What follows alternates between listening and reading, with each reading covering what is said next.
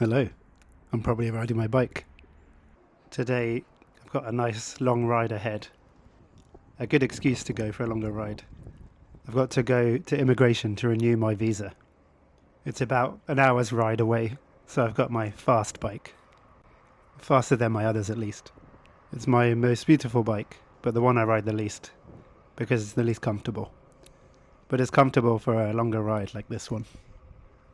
Going for my visa renewal is making me think about how long I've been here. I've been in Korea on and off since 2009, 16 years ago. A few years of living in Germany and the UK in between. But since then, a total of 10 years in this country. Time seems to have disappeared and gone so quickly. I never imagined when I first came back in 2009 that I'd still be here in 2025. Korea has changed a lot since then. The world has changed. And I've changed a fair bit too. Back then I was an English teacher, fresh-faced straight out of university, zero teaching experience and no idea what I was doing. I can't believe they hired me. But I came because of the opportunities and because I knew nothing about Korea at all, so it seemed quite an exciting place to come. It was before it was more famous for its food, music and dramas. It was only really known for its divide, and people would ask me which Korea I was going to. I'd only planned to come for a year to just check it out and see what it was like. And after a few months I knew I was going to stay longer, because I was enjoying my time so much. It did take me a few months to get into it. I didn't love it straight away. Maybe that was partly because before I had my apartment ready I was living in a love motel that my school provided for me. Quite a seedy place with a heart-shaped bed and all sorts of noises coming from the other room. At that time I was regretting my life decision. But once I got a bit more settled and made some friends, I loved it. In this video I'll mostly talk about what's changed in Korea. Some of them will be changes that are similar throughout the world, and some just might be more how I've changed. The first thing I remember was thinking how modern and advanced it was. This was before smartphones, and I remember everyone on the subway had their flip phones with these pull-out aerials and were watching live TV, which I thought was incredible. Now everyone just has a smartphone and has the world at their fingertips. It's basically impossible to live here without a smartphone now, because everything's in it with payments, deliveries, even some people open their front doors with them. Everything's cashless now too. It used to be hard to pay with card back in 2009, so I'd come home with pockets full of change and coins. Back then there were loads of techno-marts, I guess. Huge multiple floor malls of just flip phones and other technology. Now those have all disappeared with the introduction of online shopping. Now you can get your groceries delivered to your door by 7 a.m. if you order before 10 p.m. That means a lot of the local supermarkets and marts have disappeared because everyone's shopping online. My brother was here recently and found it impossible to buy nappies or diapers because no shop sold them, because everyone just buys online now. It's the same with food delivery as well. I remember back then you used to call the restaurant and they'd come and deliver it in reusable bowls, and once you were done you'd leave it in a box outside and they'd come and collect it again. I kind of wish that still existed. It's probably a bit more work, but it seems a bit more sustainable. Now every single restaurant has some delivery, and it's just builds mountains of plastic. I'll share some more changes later, but first I've arrived at immigration. Very exciting place. Perhaps a place a lot of people dread. Here is quite seamless for me. I can book an appointment online and I'm in and out within 20 minutes. This is partly thanks to the efficiency of Korea's bureaucracy, but also the privilege of the passport I have and the education level I've received. I know not everyone has it as easy as me. Quick in and out and I've got my visa renewed.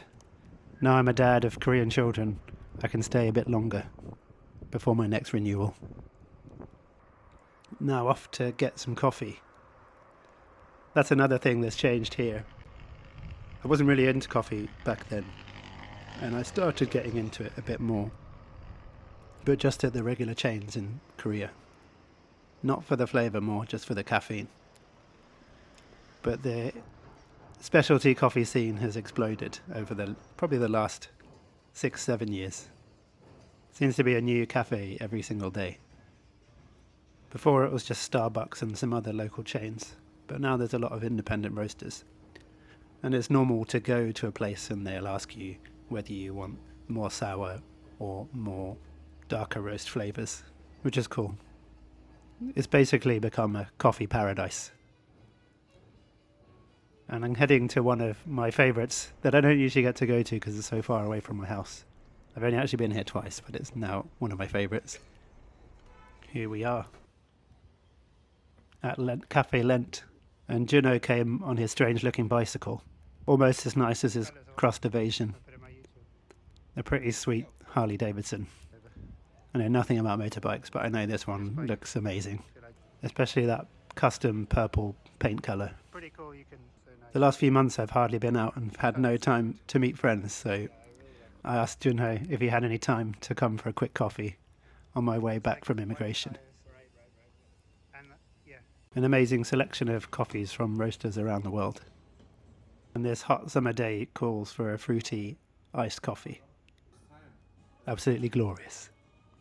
It's been a little while since I recorded this video, so I can't remember where the beans were from. But all of them are good here. Definitely worth trying to sample any of the beans they have.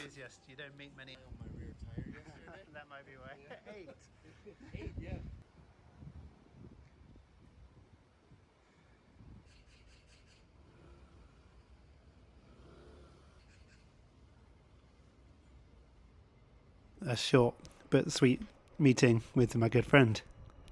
But now I have to go back to my babies. Back in 2009 there were a lot more older neighbourhoods like this one.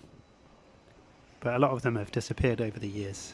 Whole neighbourhoods redeveloped, these old low-rise areas replaced with apartment towers and office complexes. The subway's been extended unbelievably. I can't remember how many lines there were then, but now they go on forever. I think over 1,000 kilometres at least. After taking the tube in London, the subway in Seoul seems so modern and clean. Like you could eat off the floor, it was so clean. And cheap as well. I don't think it's really increased that much since I first arrived. As I was saying before, Korea's got a lot more famous around the world, particularly for its pop culture. The biggest band when I first came was Girls' Generation. Now I don't know who's big, I'm not familiar with a lot of the music. But it's cool that a lot more people are coming because they're genuinely interested in Korea, rather than people who are just like me, who are just coming for a pay packet. I just developed my love for the country by being here. And the food was a big reason of why I stayed. It's the best thing about living here. I thought a 10-minute video might be enough to talk about all the changes in Korea, but I realise I might have to do a part 2. I hope you've enjoyed my rambling about the changes of Korea. I'll add more another time. Like and subscribe if you want to see more. See you later.